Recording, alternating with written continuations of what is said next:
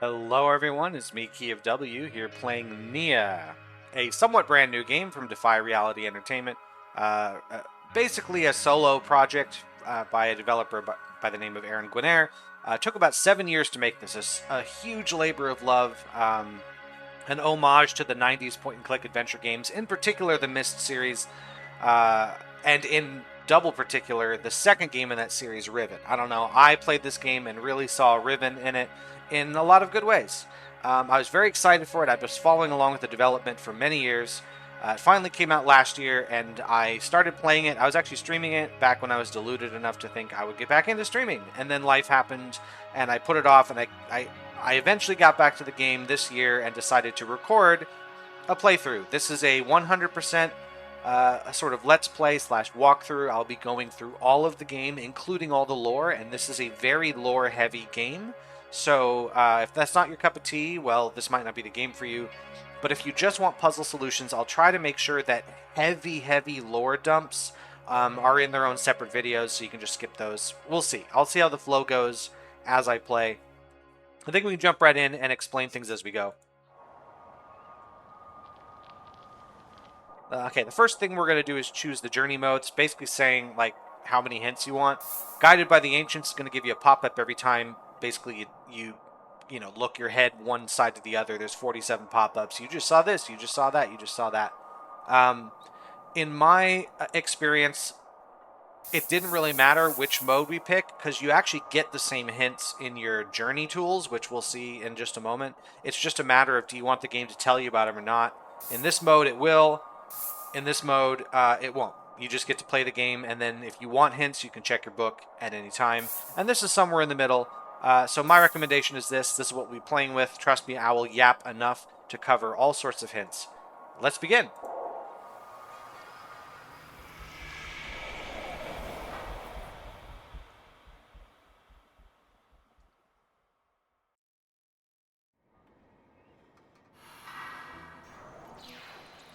Greetings. I'm Vermeer, head scientist here on Olajay. I'm sure you're wondering why you've been torn from one reality and thrown into another. Basically, your arrival was foretold by an ancient spirit, and your mission will change the fate of the world. Yeah, that's pretty much it. Behind you, there is a key. It will operate the bridge to the Jalud station. Press the button to get inside. The Jalud will take you to Neyyah. In the name of Vezalta, your existence changes everything. Go to Neyyah. Save us all, like the Pelska foretold.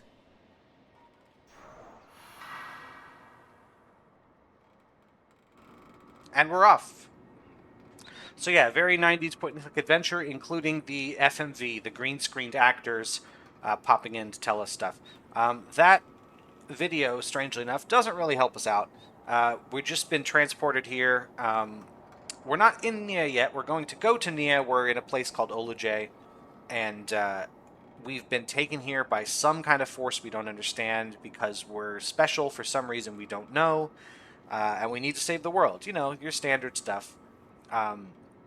We are in some kind of circular enclosure. We can look around. Our mouse cursor really helps us out here. If it looks like this, it's telling us we can walk forward. If it's looking like this, we can turn to the right or to the left 90 degrees. If I step forward, for instance, here, I've got a new screen.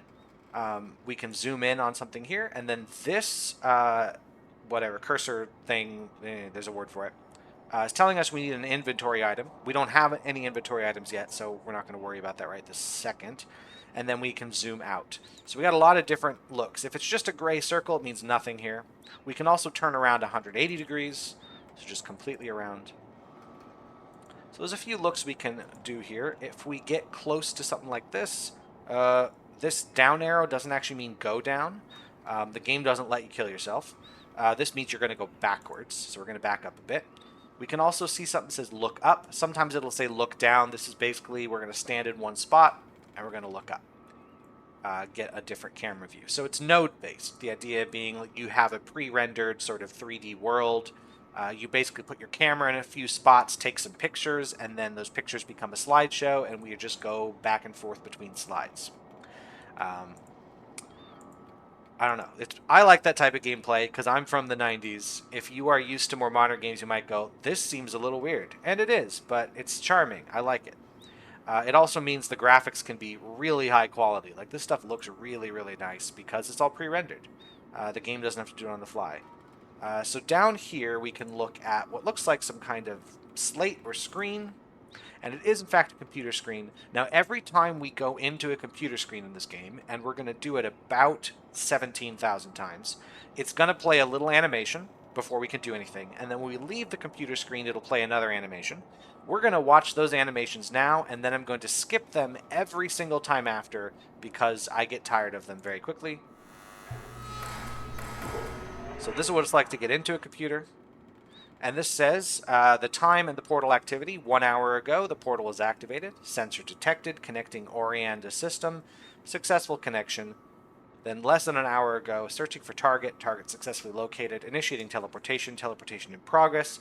Stable vortex. Final phase initiated. Stable vortex. Teleportation successful. Disconnecting portal from Orion. The old one has arrived. So this is describing us in a way, like the process used to find us. So the portal is activated. It's sensing something. They find a target. That target is me. I was teleported here. There's also the mention of something called Orion. Orion. It's pronounced Orion in the game, at least the one time you hear the word being said. But there's some pronunciation stuff we'll come across as we go. So say the word however you want to say it. It's fine. Um, we don't know what this means, but let's just remember the name Orion, and it'll come up again, and we'll try to figure out who or what has been looking for us. We are the old one. That is who the old one is us. The old one's arrived. We've made it. We're here to save the day. And so we can exit. This is us leaving the computer. And there's your animation. Great. We can also look at this thing. We can't interact with it, but I don't know. It just kind of looks like a lamp. But it also looks like there's a bowl on here. At first, I thought this could be some kind of food preparation device because I'm not very smart. Just because I thought, oh, you put food in here and then you cook it. No, that's not what this is. Not even close. The device we're looking at here is the teleporter that brought us in, right? We appeared here, and this is connected to the teleporter in some way. Perhaps it's powering it. And then over here, we have an item we can put in our inventory. That's what this cursor means. And that's the bridge key. So we can access our inventory a couple of ways. We have a menu at the top, which is accessed by pressing escape, which has a few things in it, one of them being the inventory, which will bring this up. Or we can just press the I key. There's a shortcut for almost everything up here. There might actually be a shortcut for everything, I just don't remember offhand. But you can always look in the controls to see all of it, which I'm just going to exit for now. I'm also going to check in the options. There's some things I want to make sure. I'm going to keep transitions on neutral. If you turn them off, you go directly from screen to screen with absolutely no changes or no easing into it, which is definitely faster. And in some ways a little bit easier to follow, for me at least, when I play. But I'm realizing that for you, my tens of millions of fans watching this video, that just jumping from screen to screen is disorienting, and so the neutral will at least sort of help guide you as to what direction things are moving, as the screen will wipe side to side when I'm turning, and it will fade in and out as I'm backing up and moving forward. Subtitles are going to be on. I'm going to turn the music volume a little down. I just don't want to be fighting it in my ears. I can always, post-processing, turn the music down so my voice is loud and clear. But if it's loud in my ears, I start really yelling, like in real life, just to hear myself over it. We're turning these off. This if we were to pick the easier modes, this would just be on. We're just going to leave that off. We're going to leave faster travel off as well. So this game does have what's called a zip mode, which is basically instead of traveling step by step along a location, you can instantly go from one end to the other. But I found that oftentimes the zip locations are very large. So if you want to go step by step, the game will often just push you all the way to the end of a location. And it's kind of buggy. It's possible to get places you haven't been to yet. And it's actually possible to bypass certain obstacles using the faster travel before you've actually bypassed them. At least I discovered that, so we're just leaving that off. We're going to do everything the long way. I'm also going to leave colorblind mode off. If you are colorblind, you need to be able to distinguish between red, blue, green, and yellow. And so colorblind mode will let you see a color when you hover your mouse over it. Anything the game thinks you should know the color of, some text will pop up telling you what that color is. I'm leaving it off because I want fewer things cluttering the screen. I will just tell you a color if it's important. And the rest, that's fine. Cool. Riveting stuff, I know. But now that we have our key, we can use it over here at the bridge. Zoom in, and then when you see this, press the I key. Bring up the bridge key. Click it in.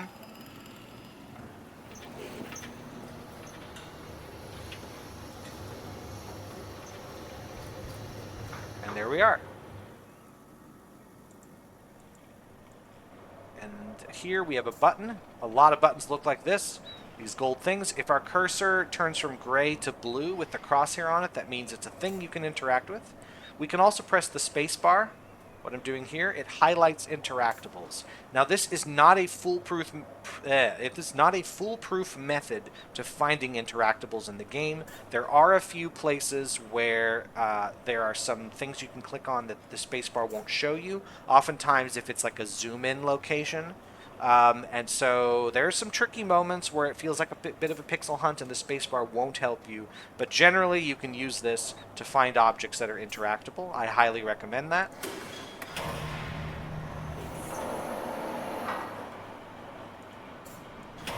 Alright. We go through this dark hallway that we don't fully understand yet. And we've got an image of an island. And you would be right in thinking this island is Neyyah, but not quite. Like, this island is a part of Neyyah, but this island is not called Neyyah. We will discover its name eventually.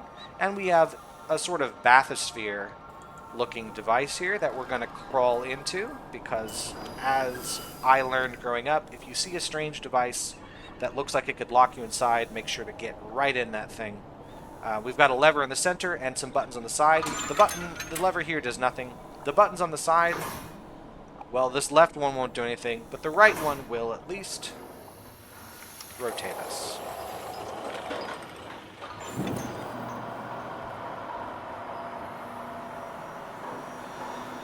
We're off.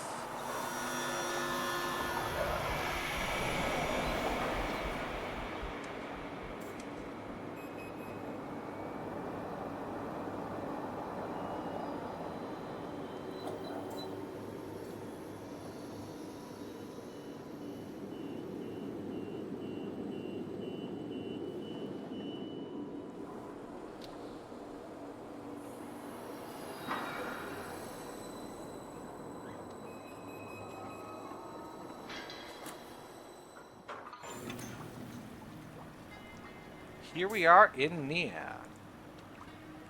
Let's exit this device. I'm going to take a look at the thing we just exited. Actually, can't. I'm going to take a better look by stepping just a bit away, turning around. And there it is. So, if you were particularly eagle-eyed, you may notice that this place we landed looks very different from what we arrived at. When we were coming in, there was a blue pillar that we were flying towards, and then when we landed, well, we didn't see it. So we landed on that blue pillar, but the blue pillar is completely gone. There used to be something here. We can also see some colored circles in it, just barely. I'm going to zoom in on that right here. We've got a red circle, a blue circle, a green, and a yellow. And actually, let me demonstrate the colorblind thing, while I'm at it. So just so you can see what this does. When I hover over, color revealed red, blue, green, and yellow. So that's what that will do. I just want less things bothering me, if I can. We don't know what this means at all, but the game seems to think it's important. Let's just remember these colors. We didn't see them when we first crawled in, because what we're actually looking at is the back of the chair. If we wanted to restart this pod, we would... I think this is the button. Oh, it doesn't do anything. Oh, that's right. We have to do something first. I don't think these do anything yet. I was going to say, we could get back in the pod, and it'll turn this chair around. But that's the back of the chair, and it's got some colored circles on it. But we've lost the blue pillar. So let's figure out why that's gone. It seems to be like a landing pad that, you know, we kind of push back down into the surface, but we're not sure why that is. I can also look... Can I look a little more closely at this little thing here? Can I? Not quite. I can step over this circular pit thing, but we don't know what it is. I can't interact with it. It sure looks interesting. This is definitely here for a reason. We've just got a ring with some metal hooks around it. And then there's this device. This is the interesting bit, because we just saw this back on Olajay where we started. And it was connected to the teleporter we arrived at. Now, this does not look at all like a teleporter. But if this is a power device for teleporters, perhaps there's a teleporter. Maybe this is a wooden panel that can be slid out of the way and there's a teleporter under there. Or maybe it's not a teleporter and it's just some kind of device. But either way, this seems to be a powering mechanism for the device. Best that we can guess at this point in the game. But let's just remember that this is here. See if that ever comes in handy again. And let's just start exploring. Take a look around. I see... let's step ahead just a little bit. I see something here we can zoom in on. Unfortunately, we can't do anything with it. There's nothing to interact with. When I press spacebar, we don't see anything. So if we want to know what it is, let's actually open up the journal. I'll start showing you a little bit of that here. So we can press escape and go into... Well, not this. This is actual journals we pick up. If we press escape and go into... There it is. Journey tools right here. The journey tools will provide us, well, materials to aid us on our adventure. So we can change our journey mode if we ever want to do that. I'm keeping it on Mastering on Adventure because I personally will be the ancients to guide you. But we can look at our Traveler's Guide, and this is going to contain hints based on what we've seen and what we've done. We can just click on a location to view it. Now, we can click current location to see where we are now. We've only been to one spot, so it's going to be this one. Current location, Felitu Island.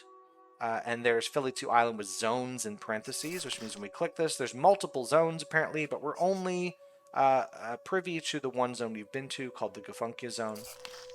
And it has two other areas we can look at. This one's called the Arrival Area. And we've got a few sentences here. So I've encountered a button mechanism close to the Jalude I have arrived in on Neyyah. It's interesting that my character already knows it's called a Jalude. It appears inactive and connected to the Jalude. There it is. So we can click on that to see a picture. Usually there's a picture explaining it. So if you ever forget what you're doing, you can always come back to this. There are 4 colored circles on the back of the Jalude. What do these represent? There's that.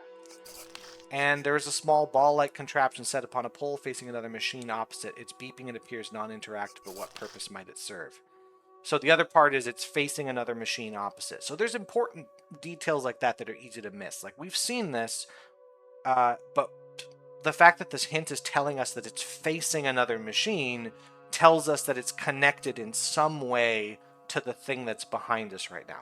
Like these details here that our character is writing in the journal, I guess you could imagine, that you may or may not pick up on your own. So if you are struggling with a puzzle, it is worth going into this journey tool and looking through all these sentences to see if there's, you know, something you might have missed.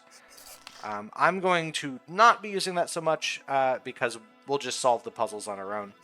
But it's here if you ever need it. The other thing you can do in your journey tools is look at your main goals, which right now are not going to be there at all. There's none of these, but the main things we're trying to do will show up in here. As soon as I see some of those, I'll let you know what this looks like.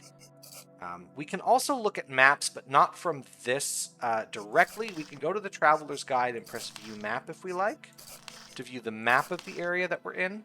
So here, camera. Okay, so the game's just telling us straight up there's a camera. And this is a crystal mechanism. That's what we see there. There's a bunch of other stuff I'll go over in just a second. We can also look at maps. Yeah, the game has now put us into the maps thing. So we can go to maps by going up here and then looking at maps in that way. Or we can go back and forth to the journey tools. We can also review character interactions, watch movies we've seen before. So it's based on character. So here's Vamir. And we can rewatch that first video if we really want to. We're not going to do that, though. There are quick buttons for all of that. The V key brings us back to the character interactions, as it says here. The T key brings us back to the Traveler's Guide. And the M key back to the maps. The G key instantly takes us to our main goals. Is anything else on there? No, I don't think so. Let me just make sure I didn't miss anything. Nope. That's all the important bits. So we were told from the map that this is a camera. And it's looking back here at the crystal mechanism. We've got, well, I guess these are the crystals. You got a crystal in this slot, a crystal in this slot. This looks like a slot to hold a crystal, and in fact the game is telling us we need an inventory item, probably a crystal. And then there's a symbol at the back. We don't know what this symbol represents, but let's remember what it is. These here kind of just look like eyes, right? This is like an angry eye, and there's an angry eye, maybe. Unfortunately, there's nothing we can do with these for now. We will just have to remember that they're here and come back once we know what they are. I'm going to head this way just to explore a bit. Let's go up this ladder I see here. This must be a big mushroom. That's all we know about that. Can I look up at it? That's that. There's a doorway here with a symbol and a plaque above the door. Can't quite read it from here, so let's get up nice and close. And I still can't read it because that is not English. That's not any language I've ever heard of. The game is actually telling us there's an inventory item we can use here. But we don't actually need that inventory item. It is possible to learn how to read what's on this plaque without the proper item. It just takes a little bit of work. But either way, it's actually not that important to read this particular plaque, but we do want to know how to read this writing in general. When we look a little closer at the door, we can see this special symbol on it here, and then, I don't know, some measurement lines on the top.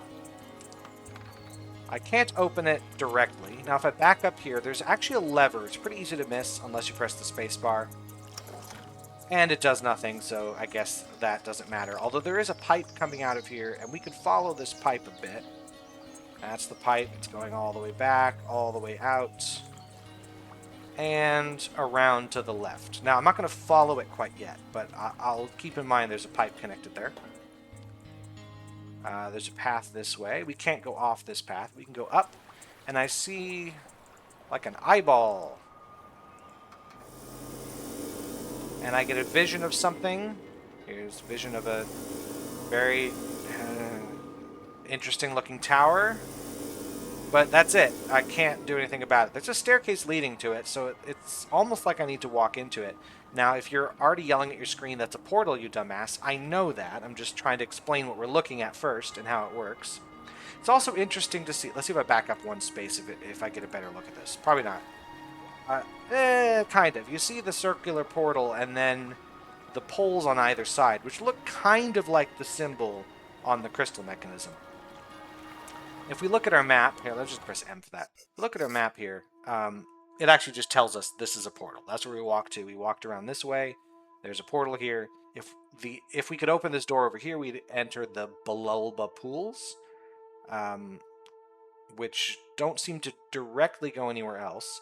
And then the other direction, there's a few things of interest here. We've got a portal there, a portal there, the heater servers, whatever that means, a water tank, and a salt dispensing unit.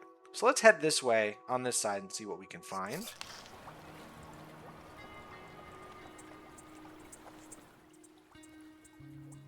Following this pipe as well. This pipe is taking us around this way and then the pipe goes down. It stops. Oh, but then it picks up over here. So this pipe must go under and back this direction. Very efficient pipe design, I must say. That's how I design all my pipes. This pipe is, yeah, this pipe is leading to this, the water tank, it says. And this water tank actually has multiple pipes coming out of it. There's pipes on this side as well. Let me head up to it for just a bit. And there's whatever this hose is. So there's a pipe there and a pipe here. And if we follow those pipes, this is the lower pipe. It leads to this, which is the salt dispensing unit. And this upper pipe goes all the way back to here where the Jalud is stationed. So I guess the reason we can't re-enter the Jalud is we need to do something at this water tank. So let's step forward and see if there's anything that can't be done. Let's press the button to open a hatch and look inside. Well, there's a lever here we can pull, and it does nothing. I've got, I don't know, some kind of receptacle here, and it's asking for an inventory item, but it's a slightly different image instead of the typical inventory item image. There's actually a special type of inventory we're going to use here that we do not have access to yet. So nothing happens. And we have an image here. It's a blue circle.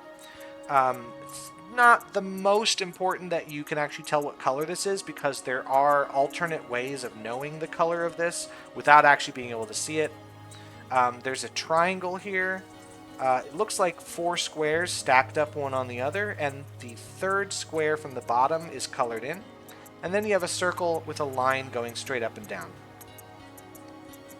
But nothing we can do to it. We can just look at the machine and wish. But my guess is we need to power this machine, and it will power whatever the pipes are connected to. So I can guess, even before using it, that this salt dispensing machine won't work. This lever doesn't seem to want to do much. And we can also look at this, tank, and nothing's in it.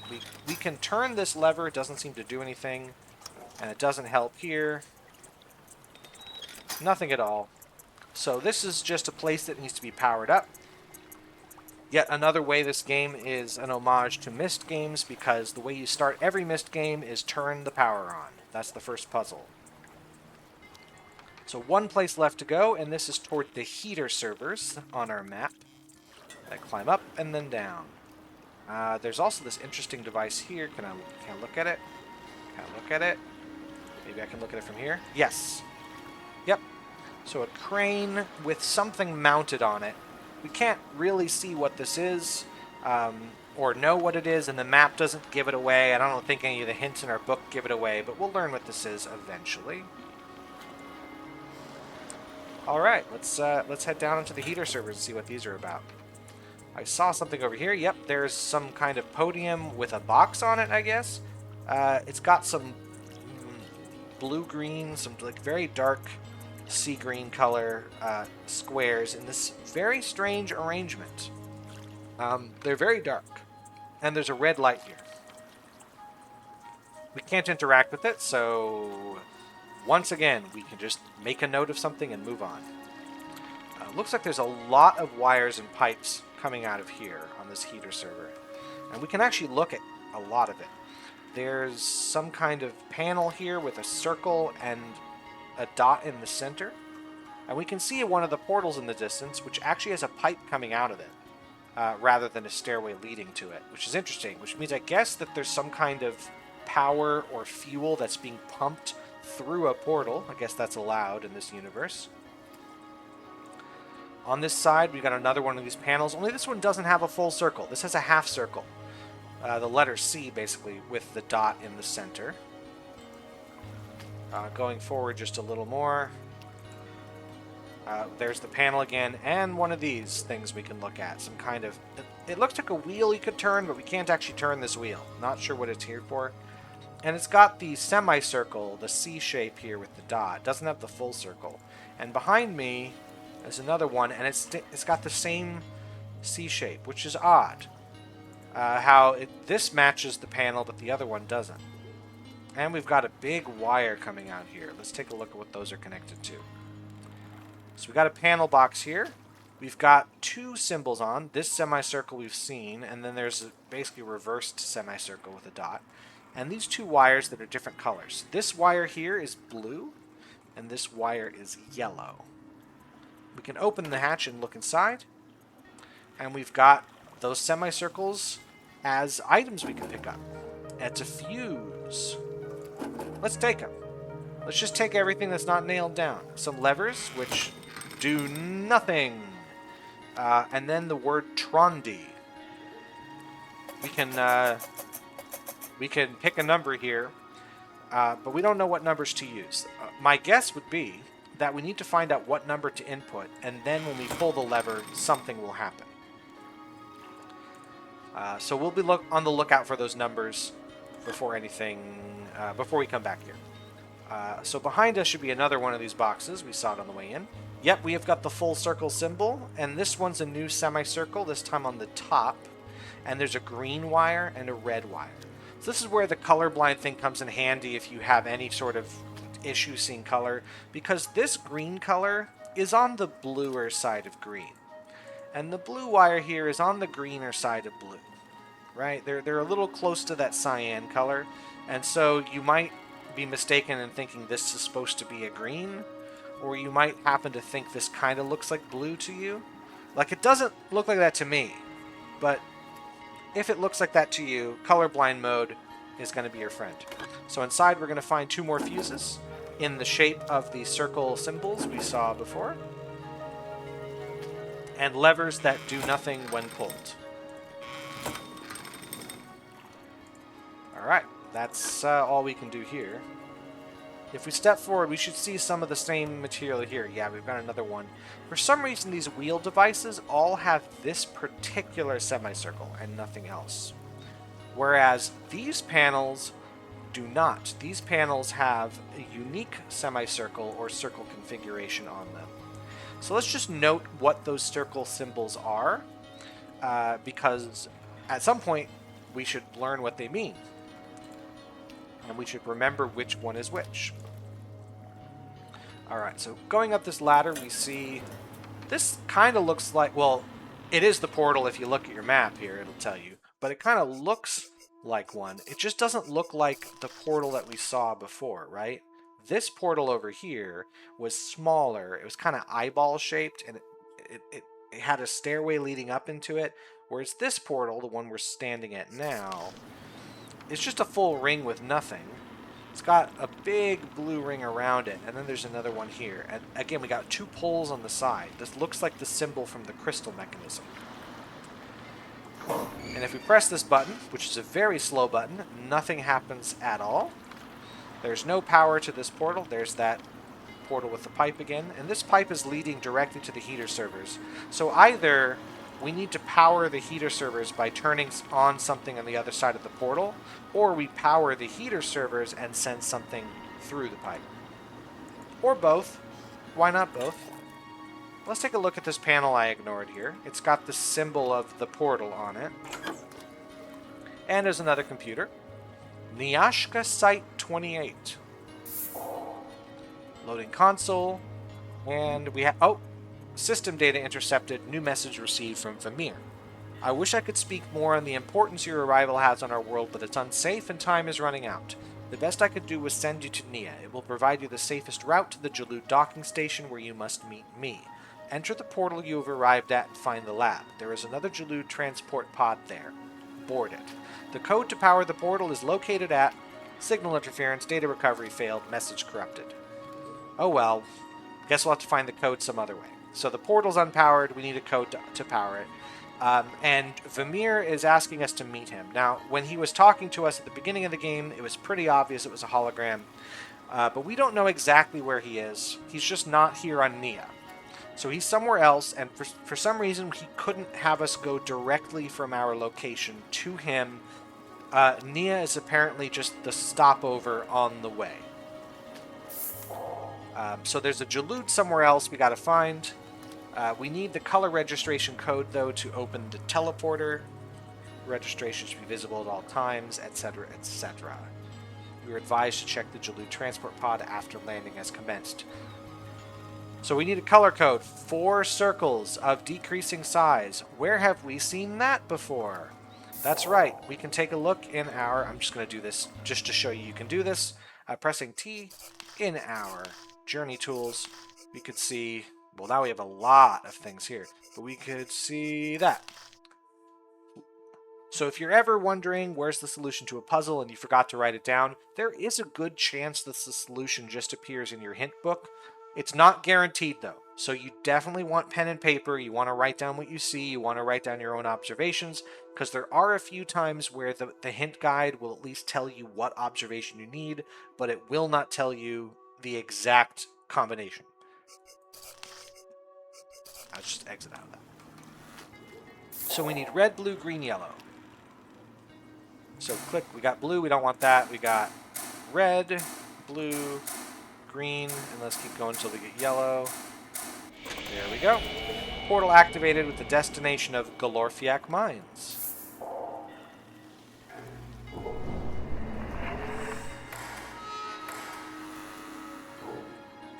Alright, we did it. So this portal should now work.